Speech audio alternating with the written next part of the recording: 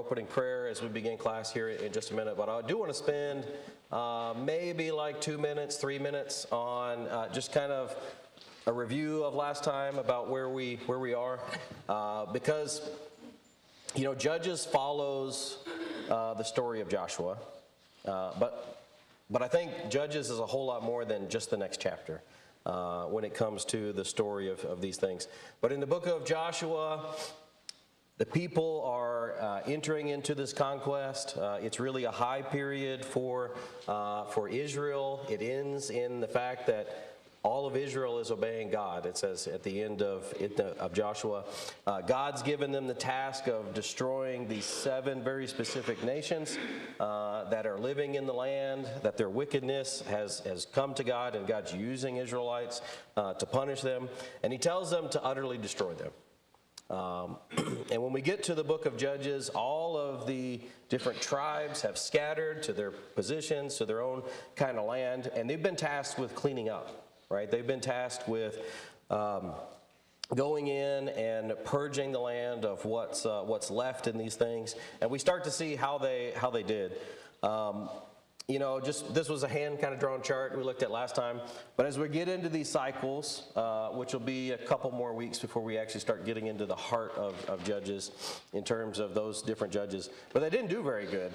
We're going to kind of see that this morning as we look at chapter 1, this sort of first introduction through these things. But as we march through this book, it's going to get worse and worse and worse and worse. We're going to see kind of the high point of the book today in these things. And then I did want to show this because I really like the overall structure of the book. This is something I hadn't given a whole lot of thought to. But there is, and I've modified this since. By the way, Eric Borlaug was here a couple weeks ago, and I had actually read some stuff, made me think about it, read some stuff and looked at some stuff he had done. I like the way he named things a little bit better. Same divisions, but kind of stole a little bit of that from him on this. But Judges starts out with a double introduction. Kind of like the beginning of Genesis sort of has that double introduction that goes involved. But what we're going to look at this morning is that societal decline. It's going to look at that from a really macro view as we begin these kind of things. Next week, we're going to look at the second sort of introduction that talks about really the religious decline. There's kind of a focus shift in this second one. And both of them are going to begin with, it's the death of Joshua, and these things happen. When we get to chapter 2, verse 6, the death of Joshua, and these things happen. So we see those, and then it's kind of mirrored that sort of I always forget the word, but Daryl talks about it a lot, right? That chiastic sort of structure. We're going to get a double conclusion at the end of this with 2 stories that we see at the end of Judges. How bad did it get? We're going to see one set of stories, chapter 17 and 18, about the religious collapse of the nation, that it's just in ruins when we get there. And then chapter 19 through 21, we see the societal collapse, which the end of the book is civil war, right? Where Judah and Benjamin are fighting. They're literally killing each other, and the things that are happening right there. Lots of terrible, terrible things happening. But we'll see that progression. We'll see that loop over and over again. We'll talk more about that cycle sort of next week. But 12 judges that are mentioned in the book of Judges. And one of the things I think is interesting as we get into those here in the next few weeks, it's really interesting how some judges basically get a verse, or sometimes they share a verse in some of these things. We really don't know anything about them. And then other judges, we get all kinds of time and chapters and lots of in-depth. So that's one of the things as we go through this study.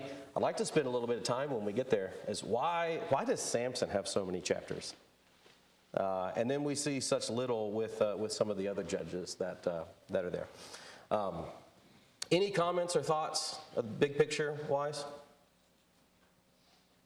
Yeah. Do we see anywhere else in the Bible with like the double introduction conclusion, or is it unique? It's a pretty unique thing in general. I will say Genesis is one big one, right? Where you kind of have the creation, and then you have it again from a little bit different perspective. You kind of see that over and over again. I will say this. I think part of what Judges is doing is pointing to how these two things are coupled together, right? When religious things are declining and are going down, society is going down the toilet too. I think Judges paints that picture really, really clearly when we get to the end of this book, that those two things are coupled together, and really it's one introduction in that sense with two focuses. Whenever you get a society that religion goes out the window, when God goes out the window, it starts to tank. Over and over and over again in history, that's true, right? When we look at those kind of things. Yeah, Jack? Do you think it's that way? Do you think that the society starts collapsing first and the religion comes? Or do you think it's set up chronologically that way? Because in the end, it's the reverse. Well, okay. So that gets, really awesome question. I think that gets into things I want to kind of look at today in that, but I think it's hard to separate them, but man, it's kind of the chicken and the egg, I think is really that discussion. So that's really good thought. Let's go to God in prayer. Jeff, do you mind leading us in prayer? And we'll get started. Our God, our Father in heaven, we're thankful for this beautiful spring day that you've given us. We're thankful for the time that we had to come out, children this morning, to assemble and during this hour to study for your word. We're thankful for your word and the blessings and promises that you made for us. We pray that you'll bless us in our study. We pray that you'll bless us in this class as we study from Judges, that we learn from the mistakes that the Israelites made during this time frame and how we might do better in our lives, and take heed to the warnings that their lives need to thankful for all our classes and teachers. We pray to bless us as we strive to learn from the word and strive to encourage us by one another through our classes. Thankful for each time for us. Pray to forgive us of our sins. Pray this prayer in His name. Okay. I have kind of a picture in my mind about how to go through Judges chapter 1 in some of these things. And I'm just going to tell you, I'm going to look to you, Jason, to correct me if I get some of these things wrong. Jason's big space kind of stuff in general. But this is a picture of an Apollo rocket. Am I at least right on that side so far? Okay, all right, I got that one. But these were built in the 60s and 70s. This is the Apollo program has that rocket right there raised something like 6.8 million pounds. It's huge, right? 400,000 people worked on the Apollo program. There's a lot of interesting systems, a lot of different things that go on in these rockets and all the different components that go in there. And one of the interesting things is that they get all their electricity and some of their potable water and that kind of thing from 3 fuel cells. That's how they generate a lot of those kind of things. And they've got a bunch of redundant systems as much as they can, trying to keep weight down and all these kind of things. But there's 2 tanks of oxygen that they had, liquid oxygen. They keep it really chilled, and 2 tanks of liquid hydrogen that they had on board. And in 1969, right, I think before the Apollo 10 mission, there was a small oxygen tank, about 26 inches in diameter, a little bit bigger than like a propane tank, right? Looks like a propane tank, by the way, just as an orb. Looks kind of like an ornament. And it got dropped by a maintenance guy.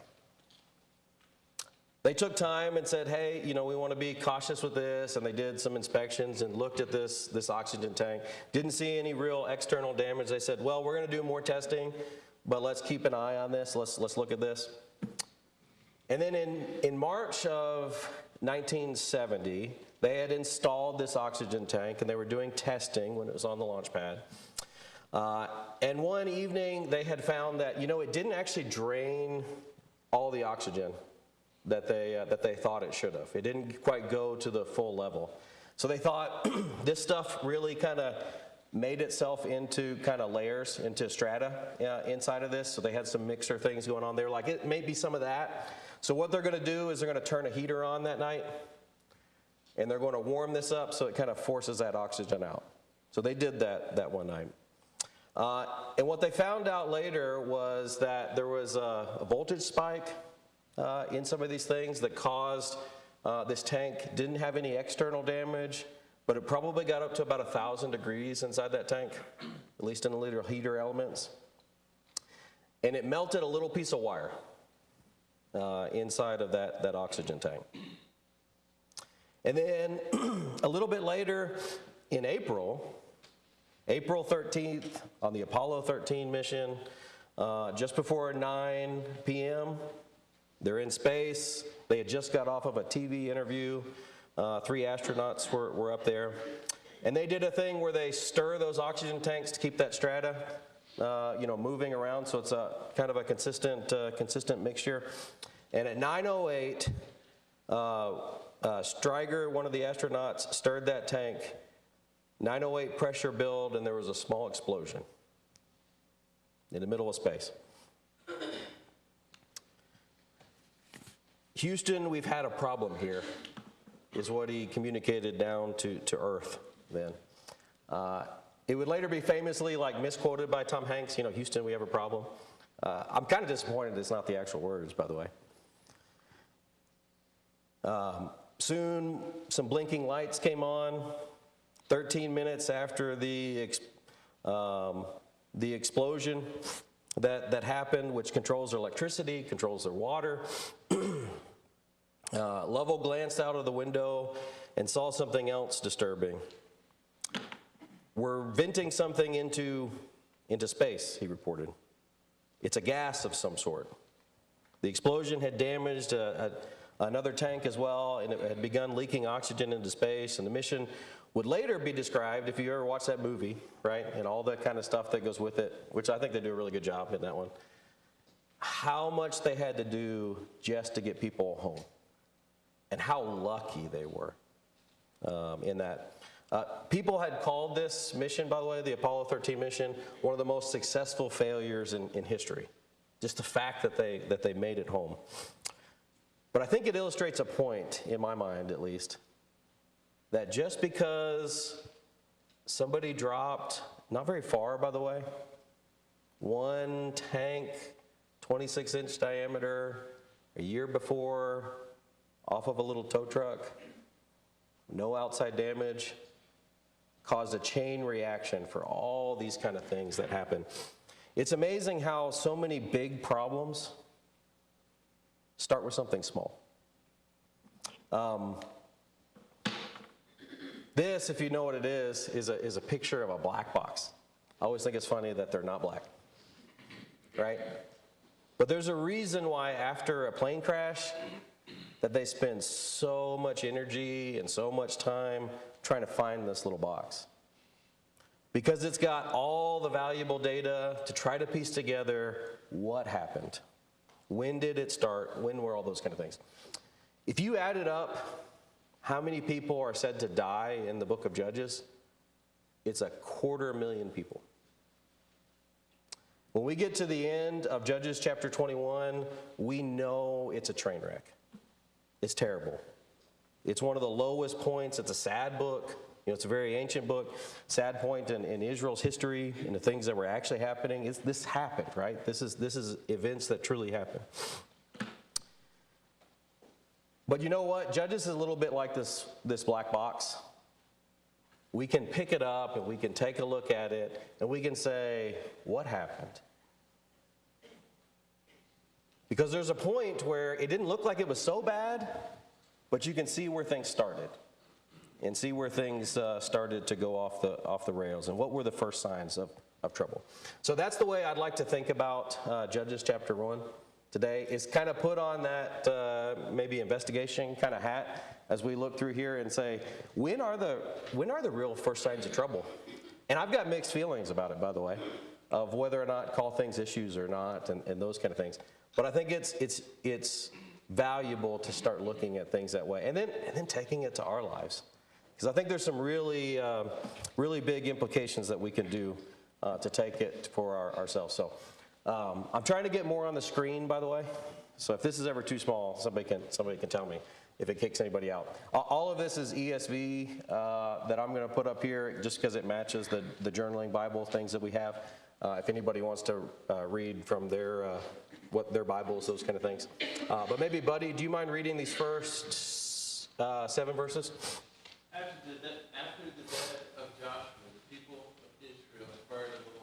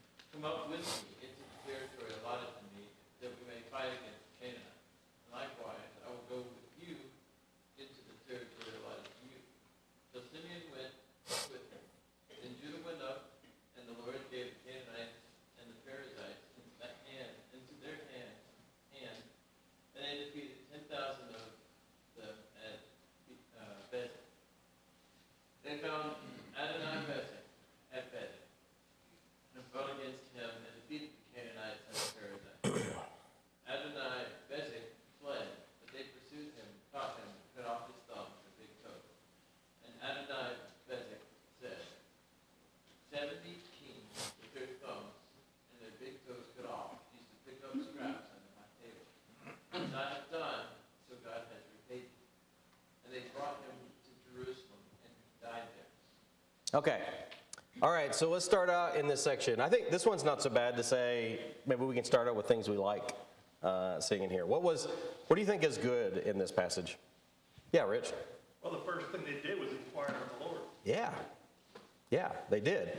This is an interesting bookend, by the way. At the end of the book, they're going to ask the same question again. Who should go up and fight against us? Or fight for us? But the answer is, it's Judah and it's against Benjamin. We're going to see that at the very, very end of the book. But right now, they're asking God what to do, which is great. Right? You see that influence that's in there. So I think it starts out pretty good in that way. Any issues anybody sees with some of the things? Yeah, Rich? It just seems strange to me that, God tells them Judah will go up, but then Judah says, hey, why don't you come with me, Simeon? Yeah, it did. So God did say Judah. I think this is an interesting one, and I've seen people say different things. This is one of the ones I kind of looked up, and to be honest, I'm not sure one way or the other on some of this stuff. But I will say this: if you ever look at like the territory of Judah and Simeon, so this is the territory of Judah. There's Simeon. Simeon is fully engulfed in inside of Judah. On this map in terms of where their territory is. So in a lot of ways, I think, hey, they're kind of fighting over some of this same territory. But I could see that. Either way, they're doing what God said, but maybe there's an irregularity there. Maybe not. Maybe we don't know the full story. But I think this is one that's kind of in that vein of thought in some of those things. What do you think about this guy? Sorry, buddy, I should have warned you about names and those kind of things. There's a bunch in here in general, by the way. But what do you guys think about this guy, Adonai-Bezek? It's an interesting detail, right? We don't see things like how Simeon was asked and all this kind of stuff, but we get this little chunk about Adonai-Bezek. Yeah. By the way, that's a big one through here. It's interesting. I have done this. God has repaid me. That's a super interesting point.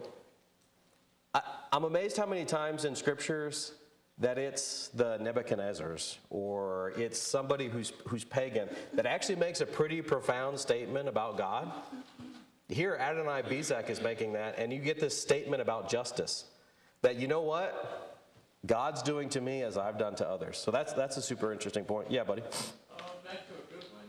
They prayed that they'll go up against the Canaanites, but they actually defeated the Canaanites and the Perizzites. They got doubled up. Yeah, two of the 7ites, right, that are in there. They're fighting against in some of these kind of things. What did God command them to actually do? Kill everyone. Yeah.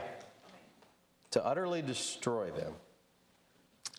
And where did they get this idea, by the way, of cutting off the thumbs and big toes? From him, right? From this guy, right? This guy's done it 70 times. I don't know what this would have looked like, but this apparently is a mean dude, right? He's cutting off people's thumbs. He's cutting off 70 kings, right? He's done a lot of conquering in this kind of area. He's done these things, and it gets right back at him. There's a poetic kind of justice in some of these things, but it's also not necessarily utterly destroying, but he did die in Jerusalem. So it's interesting. Yeah, buddy? I don't know if this is 100% true, but your big toe is a big part of your balance. And if you don't have a big toe, you can't really stand. Yeah. If you don't have a thumb, you're not grabbing like something Yeah. normally or with a good grip. It's a complete disabling. There's a strategic part of that too, right? From that, I could see maybe Adonai-Bezek was doing it for that reason. You're kind of, I don't know, trying to grab the sword like that. Opposable thumbs are nice, and toes are nice, all that kind of stuff. So it makes it harder to fight, harder to do those kind of things. I think there's a big humiliation part of this too, right? In some of these things. Yeah, Daniel. That's kind of just hit me too. I mean, it says they brought him back to Jerusalem, so they should have killed him there. But it also doesn't say that he died immediately coming back to Jerusalem. So I mean, Yeah. and it says that, just because they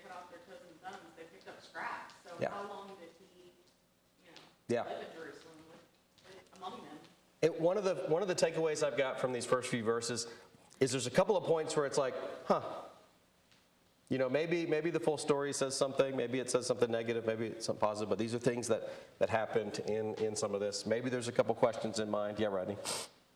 Well, I wonder, what I wondered about it was his attitude what changed that? Did God see, kings of Israel, that he humbled himself before God, and therefore God didn't have him? Because I wondered the same thing, because it just says that he died there, Yeah. let him live, it seems, and that's all I can wonder is, was there some kind of... There's some wondering. And by the way, I don't think we're going to get to the bottom of those details, right? There's a little bit of wondering that happens. Let's keep reading on. Somebody mind reading the next section, 8 through 15? Jason, if you don't mind. And the men of Judah fought against Jerusalem and captured it, and struck it with the edge of the sword, set the city on fire.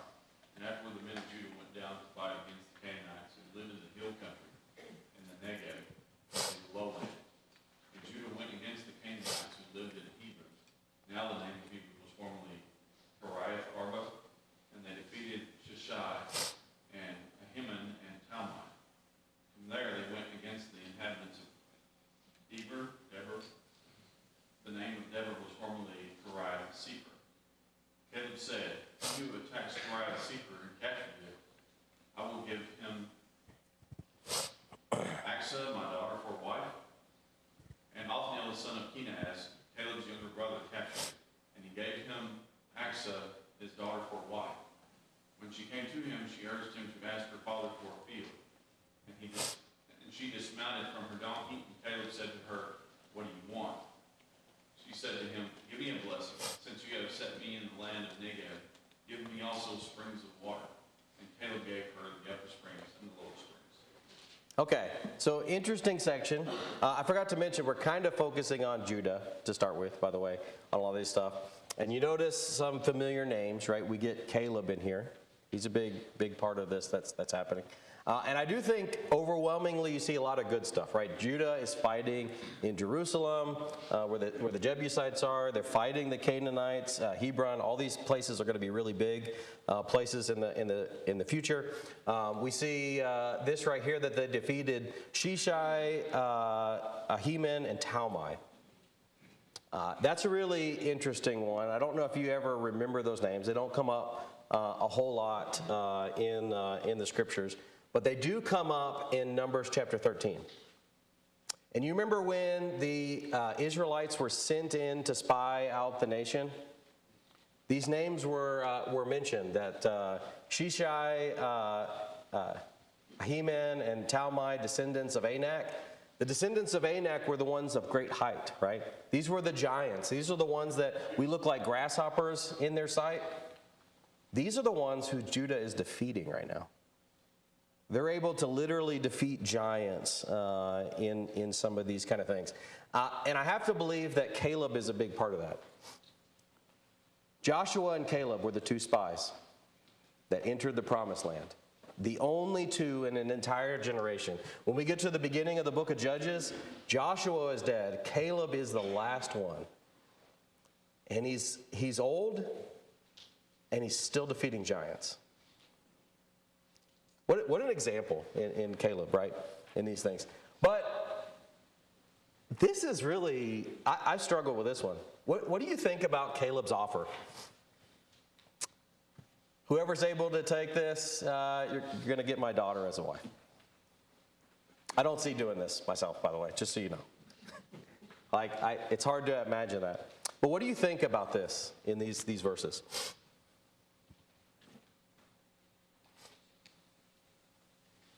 I'll tell you what stood out to me, and this is kind of the rest of these verses through here. You know what Caleb really cared about? Is doing what God said to do. And you know what he really wanted his daughter to marry?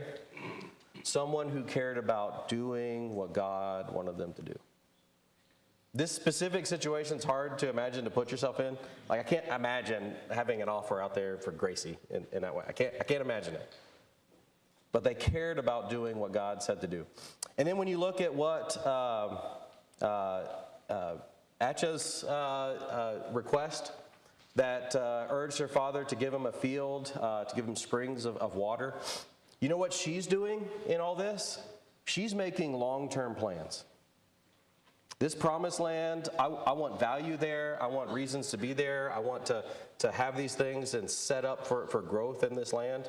They're looking at what God said to do, and they're building something that God said to build, is what they're doing, I think, in this picture. Is ultimately, big picture, what they're looking at. Any other comments about this one? That's very okay, by the way, because we got a lot to cover in some of this. 16 through 21. Clint, do you mind? The descendants of the Kenite, Moses' father-in-law, went up with the people of Judah from the city of Palms into the wilderness of Judah, which lies in the Negev near Arad, and they went and settled with the people. Judah went with Simeon, his brother, and they defeated the Canaanites who inhabited Zaphath and devoted it to destruction. So the name of the city was called Hormah. Judah also captured Gaza and its territory, and Ashkelon with its territory, and Ekron with its territory. And the Lord was with Judah, and he took possession of the hill country. But he could not drive out the inhabitants of the plain because they had chariots of iron. And Hebron was given to Caleb as Moses had said, and he drove out from it the 3 sons of Anak. And the people of Benjamin did not drive out, but the people of Benjamin did not drive out the Jebusites who lived in Jerusalem. So the Jebusites have lived with the people of Benjamin in Jerusalem to this day. Okay. All right. So first thing I want to point out, verse 17 is interesting. So they defeated the Canaanites here at Hormah. They named that place Hormah. That's kind of interesting. So they destroyed them there. The name Hormah means destruction. So they named the place what they did there. So again, doing what God would have them to do. And then we get to verse 19. And this is a verse that have caused a lot of people a lot of problems, right? And the Lord was with Judah, and he took possession of the hill country, but he could not drive out the inhabitants of the plain because they had chariots of iron. What do you think about this verse? Yeah, Daniel. I don't think it speaks to the inability of God to drive them out, because we've seen God in other places and other battles with much greater odds prevail, right? So I think it has more to do with their attitude of, oh, they have chariots of iron, we can't do this. Yeah. Yeah, I think that's it. Two pieces of this, right, that we've got to justify. God was with Judah, and they could not take them because they had chariots of iron. There's lots of passages, by the way. I just kind of picked one. I think there's some that actually talk about chariots of iron specifically. But I'll tell you, God didn't leave them hanging. God over and over again said, even if there are chariots, I'm going to protect you. That promise was already out there, that they didn't have to think about this for the first time when they saw these chariots that are in there. But I'll say this too. It reminds me a little bit of what's happening in Matthew chapter 8. Do you remember when the disciples get into the boat with Jesus and he falls asleep and the storms come up on the water and they get really, really fearful about stuff? He's already talked to them about some things that are going to happen in the future. But they get really fearful and they say, save us, Lord, we're perishing, we're dying. And you don't seem to care because you're sitting there asleep. And Jesus turns to them and say, why are you afraid, oh, you of little faith? In that moment, in that time, when these things happened on the boat, Jesus was with them. They had access to God. He had already told them things they were going to do in the future, but they were scared. And they were doubting these things, even though God was with them. And it caused them to, what he said, had little faith, right? I think it's that piece that they weren't trusting in God in that moment. They believed in him. You think they didn't? Everyone in that boat? They really believed in him. But they had little faith in that moment. I think this is describing basically what's happening to the Judges at this point. When we get to verse 19, they were afraid. And they let their fear do something, right? They let their fear get into their faith, and it wasn't because God wasn't with them. It was because they were fearful that these things took place. Yeah, buddy. The description of the land sounds like the area that Simeon got into it. Because they got all around that area. They got, in the plain. Yeah. Yeah. Simeon's in the plain. So, that's, Well, and by the way, they only got about half in real life of what they were supposed to get in general, right? So you look at like Dan, we talk about from Dan to Bethel, from the north to the south. That kind of thing comes up over and over again in the Old Testament. Well, Dan was supposed to be like in the middle of the territory when they first had things. They didn't spread out where they were supposed to be. It was always, they never really realized all this that was going to be in there, in some of these things. But it's true. They got some of these things, even like this, like you talk about Jerusalem. This little piece, they didn't drive out, did not drive out the Jebusites who lived in Jerusalem. So they lived with people of Benjamin in Jerusalem to this day. This is why people are typically talk about is probably written before David took over Jerusalem in about 1000-ish BC. But it's after, the things of Judges, the way it's mentioned here, so sometime in there. But just kind of points to when some of these things were written just a little bit.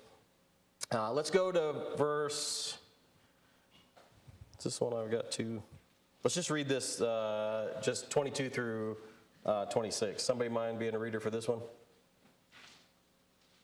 John, if you don't mind. the house of Joseph also went up against Bethel, and the Lord was with them. And the house of Joseph scattered out Bethel. Now the name of the city was formerly Luz. And the spies saw a man coming out of the city, and he said to them, Please show us the way into the city, and we will deal kindly with you. And he showed them the way in the city, and they struck the city with the edge of the sword. But they let the man and all his family go. And the man went to the land of the Hittites and built a city and called it Luz. That is its name to this day. This story remind you of any other stories?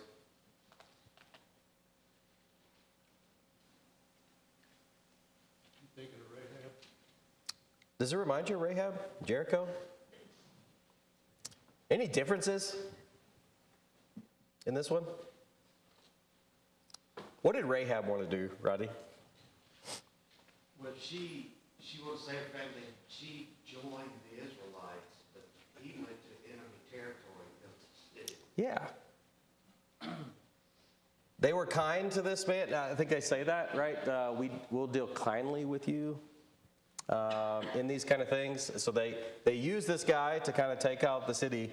But another one pops right back up. He goes and starts this other city. He didn't have any intention of joining Israel or doing those kind of things. So this kindness that was here, and by now God had said to destroy these nations at this point. But another one pops up in some of these things. Again, another step, right, in that direction. Yeah, Art? Yeah, the phrase I imagine happened over and over again in reasoning about these things was, well, I know God said that, but... Yeah. And then they insert something. This would be much better, wouldn't it, if we can sneak in? Yeah. And it's the same departure we see today. You know, how many times do we have compromise and we kind of couch it in the idea of it's a kindness? You ever do that in our lives? You know what? It would be mean for me to cut this person completely out of my life. That stuff happens. But it also creates this kind of situation where another city pops back up in some of this. I want to read these 2 pages. Somebody up for reading 2 pages with a lot of names? Daniel, thank you very much. Manasseh did not drive out the inhabitants of Bethshean and its villages, or Tanakh and its villages, or the inhabitants of Dor and its villages, or the inhabitants of Ibleam and its villages, or the inhabitants of Megiddo and its villages, for the Canaanites persisted in dwelling in that land. When Israel grew strong, they put the Canaanites to forced labor, but did not drive them out completely. He did not drive out the Canaanites who lived in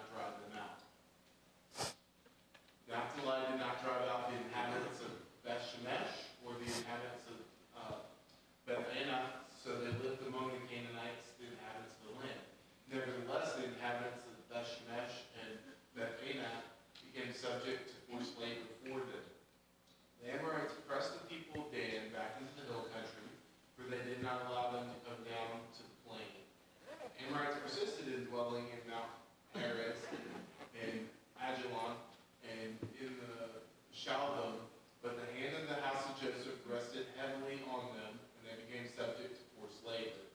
And the border of the Amorites ran from the ascent of the Akrabim, from Selah and upward.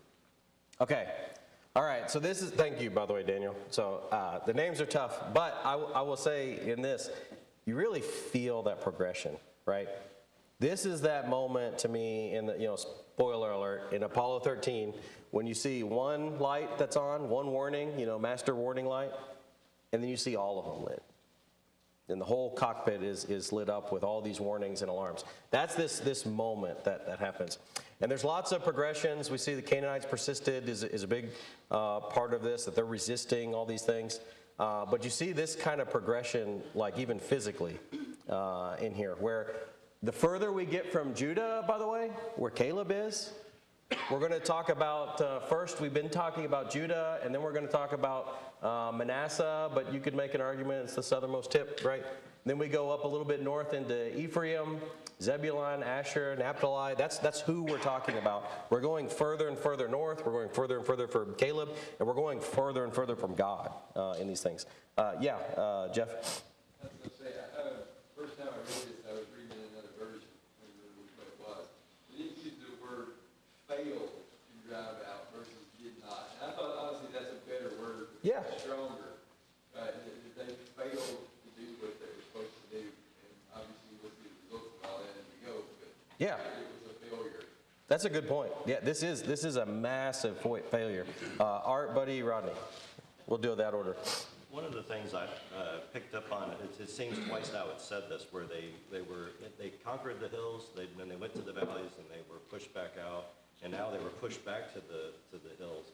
And later in 1 Kings 20, the Syrians there said, they had this impression that the Israelites' God was the God of the hills.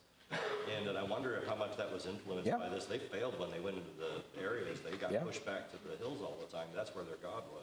Very, very much the views, right, is like they viewed gods as the Mesopotamian people viewed gods as territorial. And it echoed reality, right? If we were successful, it was our God, right? That kind of thing. And the point of that is our actions are not just our actions, and they don't just necessarily lead to failure, they lead to dishonor for God. And they viewed God in a different way, and it influenced them about God. And it may have failed them as well. Yeah. Buddy? What's interesting is God's not saying, go to Jerusalem and only kill the Canaanites. I'm sorry, like Sarah from Haifa is visiting today. Well, that's too bad because they're supposed to wipe everybody out. It doesn't matter who they are. We don't know that who's visiting who's visiting family, from where, it doesn't matter. Get rid of all of them. Yeah, by the way, this is a point. I'm thankful didn't live in this time. It's easy to see, and they did disobey in these things. But could you imagine putting yourself in this situation too? I get it, why they want to compromise. I get those kind of things. And you look at what our battles are, they're not this. It's put to death sin. Right? And why is that so important? We can see what happens to them when they didn't do these kind of things. And the same thing's true for us. Rodney, do you have? Well, that's what I was going to say. When you go north, you find when apostasy happened, it was in the north that the worst of it came about. The northern kingdom of the church, because they were so easily subjected to idolatry. And you see this progression. We'll kind of go through it a little bit quicker here because I'd like to get to a little bit of chapter 2 kind of things. But the people, it started with this idea of forced labor. We do this with sin, don't we? Right? There's this, hey, this sin, I know it's a sin, but it could be useful in this way. Or we think about, then it was they lived among the Israelites. There's a place for them, but we took over. But we just didn't utterly destroy. They're just there. They just live there. We're just showing this kindness. We get into more of the progression where they lived, Israelites lived among them. You see a language shift. Now they're not the default population, right? Now this is the Canaanite territory that are there, and the Israelites are the small one, right? The Israelites are the ones that are living among them. And we see even further, right? You talk about the Amorites with Dan. As we go more north, as we see this kind of progression, now the Israelites aren't allowed to do stuff. Now they're kicking them out in these kind of things. And we see that progression, right? We can understand that with sin and all these kind of things. It's always that way. You take this. How does sin get into our own lives? It starts with compromise, starts with irregularities, starts with fuzzy things that I'm not sure, benefit of the doubt, like kind of how we've been reading some of these things. And then it gets a little bit worse.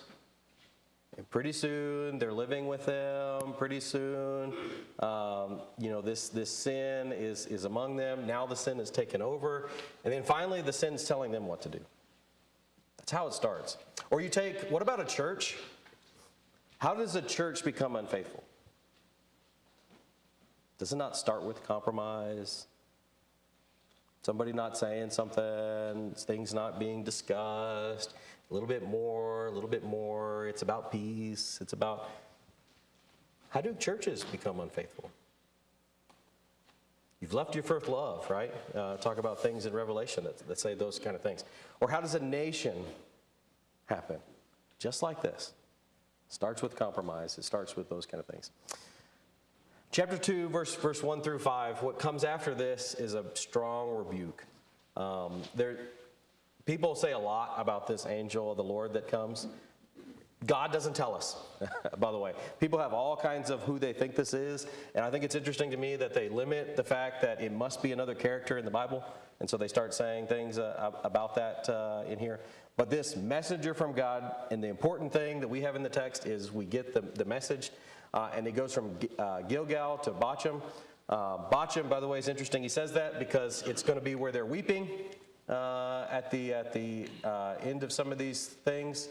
But Gilgal is the place where they first entered the Canaan land. They had their camp where they were circumcised as a people. That's where Gilgal is. So the angel goes in this journey. They're not too far away from each other, but they start where the covenant was made new with this new generation, and he ended where the weeping is. And he makes this, let me go here. But he says, you have not obeyed the voice. Has Israel done things that God said to do? They have. But partial obedience, the angel of the Lord right here says, you're not obedient at all. There's no such thing as this partial obedience in these kind of things. And then you also see God in this and his mercy and what he's doing. But I will never break my covenant with you. Even now, over and over again, just in chapter 1, they're breaking this covenant over and over again. This is what's going to kick off those cycles as we're going to read about the rest of chapter 2. And we see things like this in that God is faithful.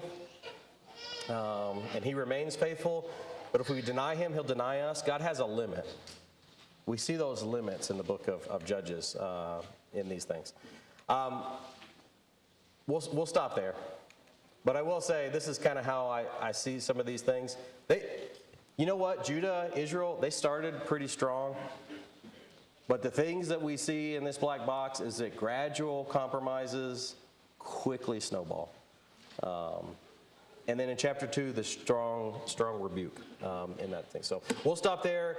Next week, chapter 2, verse 6, all the way to chapter 3, verse 6 is where we're going to try to go.